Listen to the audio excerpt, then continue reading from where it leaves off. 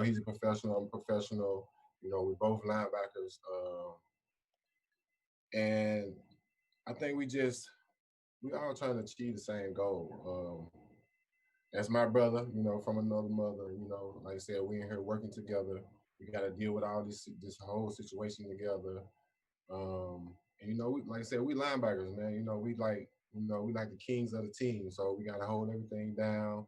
You know, we got to be as one. You know, if we're not together, you know, the team not gonna be together. You know, that's how I look at it. So if we're not tight, you know, we can't get everybody else tight. So um, I like his game. You know, I always like this game. You know, he's a high energy guy.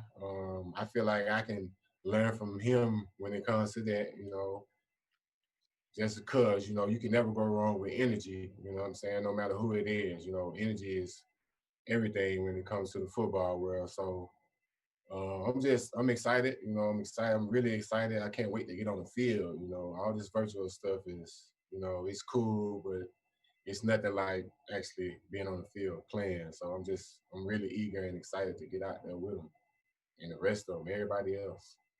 Thank you. Let's go, Dave Burkett. Hey, Jamie, it's good to see you. Welcome to Detroit. Appreciate you doing this. Two questions. First, today's the opt-out deadline in the NFL. You know, a lot of your old teammates in New England, guys who've won rings and made a lot of money, have taken the opt-out. You've obviously done some of that too. How much did you consider opting out, if at all, this year, and why did you make the decision you ultimately made? I mean, everybody's situation is different. I can't speak on nobody else but me, but I don't know. It's tough times right now. Everyone is everyone is impacted by it. Nobody is exempt. Nobody. Um, and it's just for me, it's just just deal with it. I'm at home every day, bored, eating, getting big, you know, whatever the situation is, you know, it's just like I don't want to drown in my sorrows or, you know what I'm saying, just be depressed. So I just felt like, you know, this would be the time for me to, especially with me coming into a new situation, to just get in here and do what I got to do and deal with it. You know what I'm saying? Like maybe it can't get no worse than this. So if I can just come to a new situation, dealing with all of this stuff, you know what I'm saying? Like maybe, you know, some good will come up out of it. So I never looked at it as like, you know what, I'm gonna just opt out, you know, like let me just get away from it and just, you know what I'm saying? Like I didn't never look at it like that, but like I said, everybody's situation is different. I'm always up for a task, you know what I'm saying? Like I ain't never shying away from nothing. So I'm just like I said, I'm just eager. I'm ready to get here. Like it's a new situation for me. You know what I'm saying? Like why not go on and just dive into the situation? You know what I'm Did you saying? talk? Take it all on. You know what I'm saying? Instead of just taking this year off and then coming back next year and it's like, you know what I'm saying? I'm still new. So just go ahead and hit it while everybody else dealing with it. You know what I'm saying? Did you talk to family about it? I mean, do you have any conversations like that? A little bit. Close relatives, sister, brother, but like they always want what's best for me. You know, I'm they always want me to make my own decision, you know, my own choice. They always, you know, treated me like that, brought me up. I was raised like that to make my own decisions.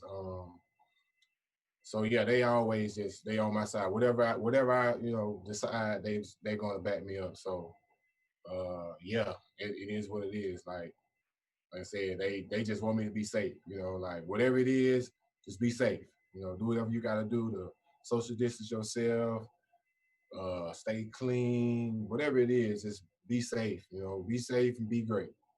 The other thing I wanted to ask you was just what do you think football will look like this fall? I don't know. Are you worried it'll have some, the stops and starts, I guess, of that baseball has had? And if the Lions offered a pseudo bubble, like some teams are talking about, essentially quarantining you in a hotel for game weeks or a large part of camp, would you take that? Would you do that? Um, I mean, we ain't got no choice. Like just like this opt out situation, you know what I'm saying? It came up on us so fast, you know what I'm saying? Like we just gotta, you know, deal with, you know, whatever comes at us. You know, this ain't the first time we've been blindsided by something. So, you know, whatever it is, we just gotta be professionals about it and deal with it. That's the way I look at it, you know.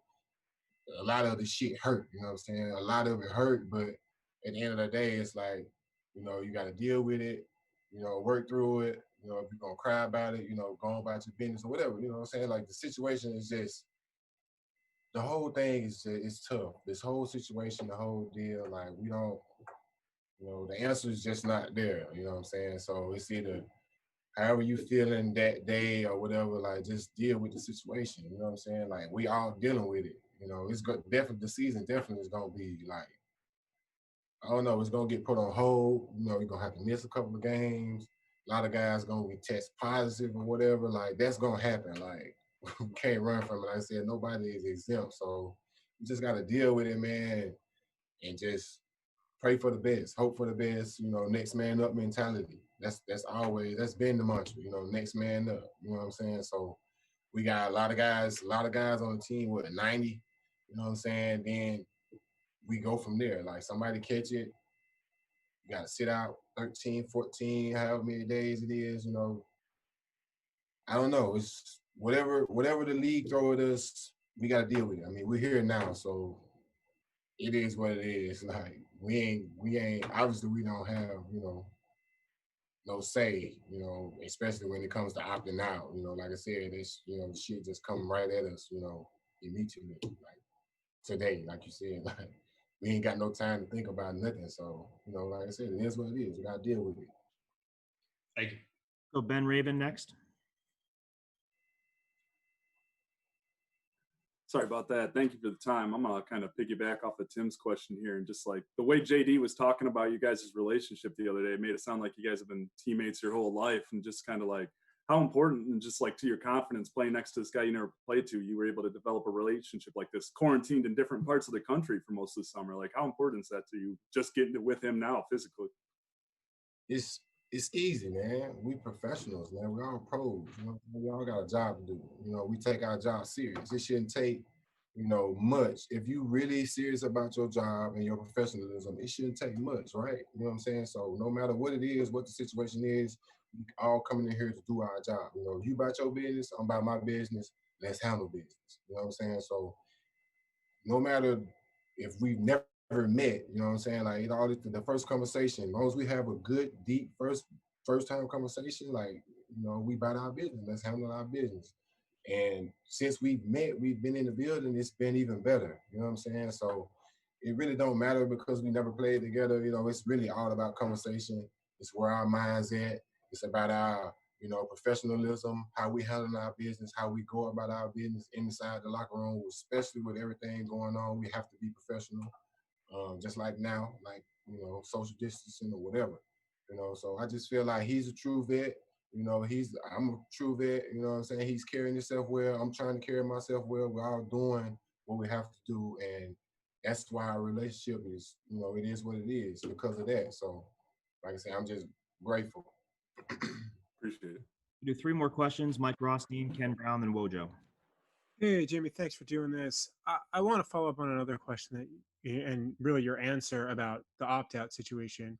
You say it came up really quickly. If you had had more time and if the NFL and the PA had figured this out, say in June, do you think that you maybe would have made a different decision? And do you think more players around the league would have chosen to opt out because they would have had more time instead of coming in camp?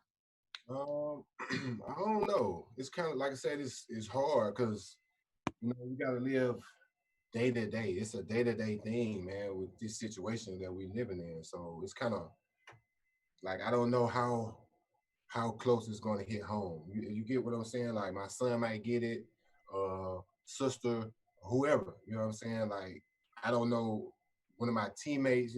Like somebody close to me. I don't know who might get it.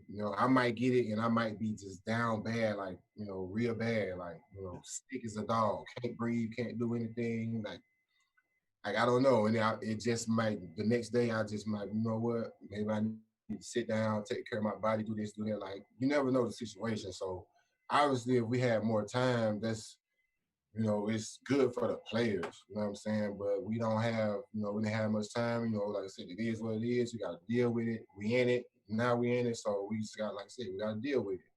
But if we had more time, I just feel like it would have been way more comfortable. A lot of guys would have had more comfort. We would have, really just had time to think, think things through. Like we already dealing with a lot, just like everybody else. So with us just having to report and come in and deal with the new situation, the way all the facilities are, they got all this stuff super nice around here. It's like, it's crazy. Like, just inside this building, what they doing for us is amazing. Like, it's definitely amazing. Like, sometimes I just think like maybe we should do this all the time, how they got stuff around here, but like it's pretty dope. So yeah, like I said, I just feel like we have more time, it'll be, that's just better for the players, man. Clear our minds, keep our minds and our heads clear. Give them the time. Kind of following on the time thing, in Major League Baseball, you can theoretically opt out whenever. We saw Jonas Cespedes opt out this week in baseball.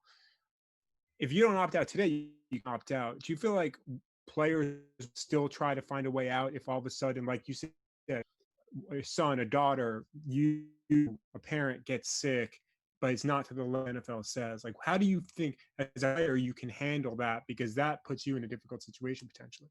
That's the problem. That's what I'm saying. Like, we don't know how close it's going to hit home. And we don't know the impact that it's going to have when it do hit home. If it do, just, Lord bless us, in ways that it don't. But just if it does, then we don't know. We don't know how we're going to handle it. It's just like anything, any situation, whatever it is, we don't know. We can say how we're going to handle the situation, but if the situation ain't happened yet, we don't really know how we're going to respond. So I just felt like we needed more time. We need more time. And now that today's the deadline, still later down the road, it's still going to be a problem because, it's a lot of guys, like I said, emotions are really going to come out if it hits home and affects people that very close to them or, somebody that's near and dear to them. Like, people's going to want to opt out, regardless of the deadline date. Like, it's not going to mean anything because it's serious. We're humans at the end of the day. We all have a voice. We all have opinions. Like, we get it. We're professionals. We have a job to do. But at the end of the day, we have, we're here. We're human. You know what I'm saying? Like, we get injured just like everybody else. We're not just robots out here. We're not unbreakable. Like, we get injured just like everybody else. So time for two more quick one, guys. Ken Brown, then Wojo. Hey, Jamie, how you doing? What's going on, boss? All right, a couple questions.